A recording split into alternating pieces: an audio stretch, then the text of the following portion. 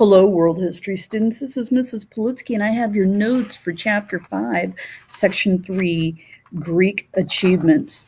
So we're going to get into talking a little bit about Greek philosophy and some of the other contributions as well during kind of the golden age of Greece. Okay, and to start with, we're going to start talking a little bit about philosophy, and you might see the photos below here of these statues.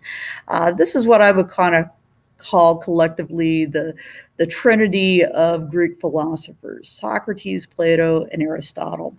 And to start with, we kind of have to talk about what philosophy is. Philosophy comes from the word philosophia, which basically means the love of wisdom. And if you break down the term philosophy, ologies always mean the study of, and philo can mean love of wisdom. So that is kind of where that comes from. So Greek philosophy, through Aristotle's emphasis on reason, contributed to the development of the logics and the sciences. And these men that you're going to hear about really still have I guess you could say kind of a weird emphasis on maybe how things are done in the field of education, religion, politics, and even science yet to this day and age. So we're going to start with Socrates. And most of our knowledge from Socrates actually comes from the writings of Plato and other philosophers, because Socrates never wrote anything down. And some of that was because of the way he kind of went about in his methods of teaching. So we're going to talk a little bit about Socrates. Here is the man. Socrates, for the most part, was basically a man who was born in the mid 400 BCE. He was interested in things like truth, justice, and virtue. His big questions in life were like, what made good people and what made good societies? And he thought that the way to learn these things was to ask questions. And so his style of teaching basically emphasized the whole notion of asking questions and being able to back up your argument. So to learn this, he would basically ask a question such as, what is truth, to his student? And one of his students would answer, and then Socrates would follow up by asking some follow-up questions, and then maybe putting that student on the spot to defend what they just stated by answering those questions. Okay, this whole process is a method of teaching known as the Socratic method, which is actually coined after Socrates. This whole idea of asking questions to gain knowledge.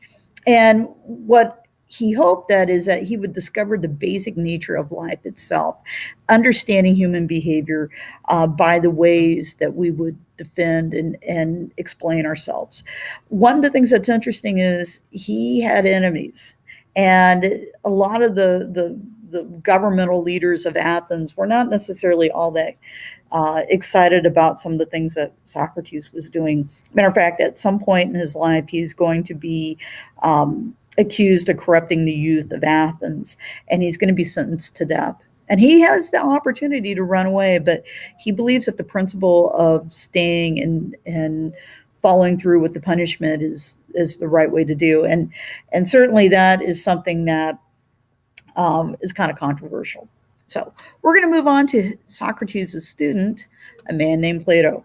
Plato, for the most part, was a student of Socrates.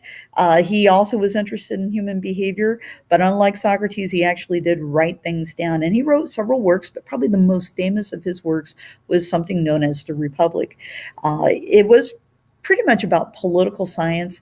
And the whole notion of this document, if I could sum it up into maybe one sentence, was that only the most qualified should be leading government. Okay, because they were the qualified ones to make good decisions.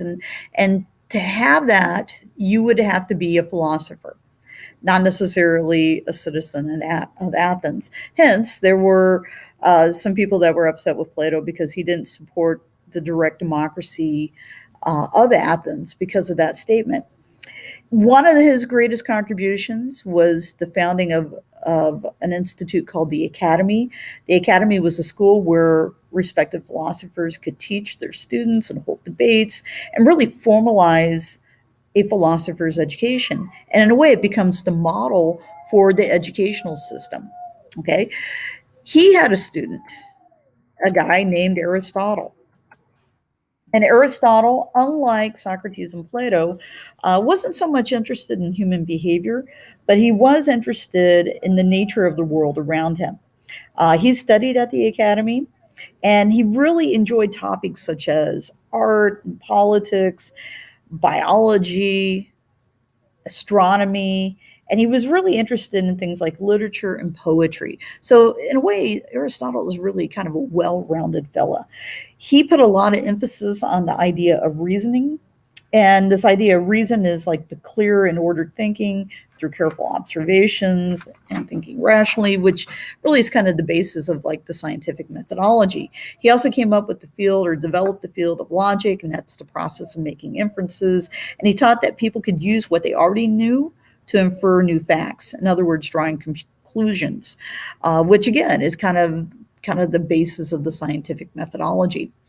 Aristotle also had a student, but not necessarily known as a great philosopher, but probably better known as a conqueror or a warrior, and that is Alexander the Great. And so, off to the side of your paper here, I am going to have you put the acronym SPA, SPAA, standing for Socrates, Plato, Aristotle, and Alexander the Great, because that is the order that they fall in chronologically. And that might be helpful for a future test. So, number 3, the Greek belief that philosophy came from the search for wisdom and knowledge. So that's really kind of the root of that. And there is a difference between reason and logic, as we mentioned with Alexander the Great, and that is that for the most part, reason is clear and ordered thinking, which is carefully applied with careful observations, and logic, on the other hand, is the process of making inferences about known facts. In other words, relating it to things that we already know. All right. There were other people of this era that were kind of well-known thinkers and such. You see a picture off to the side here of Euripides. He was kind of known as a playwright, but there were others like Sophocles, and you could talk about historians like Herodotus and poets and such. We will eventually talk about those fellows. But the photo that you see kind of in the bottom left-hand corner, this is a famous painting of the death of Socrates. And you can see him reaching out for the cup of hemlock. If you look in the background, you can see that a lot of his followers are crying, maybe in a state of despair, and the fact that he's in a prison. All right. The Trojan War was the main subject of a work by a guy named Homer, who you see pictured below, called the Iliad. And the thing about the Iliad is it is talking about the Mycenaeans of that era of time, early Greek history, and their fight against the people of Troy, or the Trojans. And if you remember geographically, Troy is kind of located basically in Asia Minor, or what would be present-day Turkey. But it talked about the series of wars, and you might hear about the Trojan horse and such. Homer also wrote a work called the Odyssey, which was basically the story of the soldiers coming home from war, coming back to Greece, and the fact that they kind of got themselves into trouble, and they ended up wandering for roughly 10 years, and they had to face all sorts of monsters and other perils. But it became kind of the go-to work for a lot of students in ancient Greece. Kids were required to recite passages from that. There were basically lyrics that went along to some of this, to these writings, so that people would sing passages and such. It became kind of the staple of the educational system. And hence, that's why Homer is really well known. And number 6, in the 400 BCEs, satirical comedy developed as well, because of the wealthy Athenians of that golden age felt that they were secure enough to laugh at themselves. Comedy provided a great diversion from the worries of war.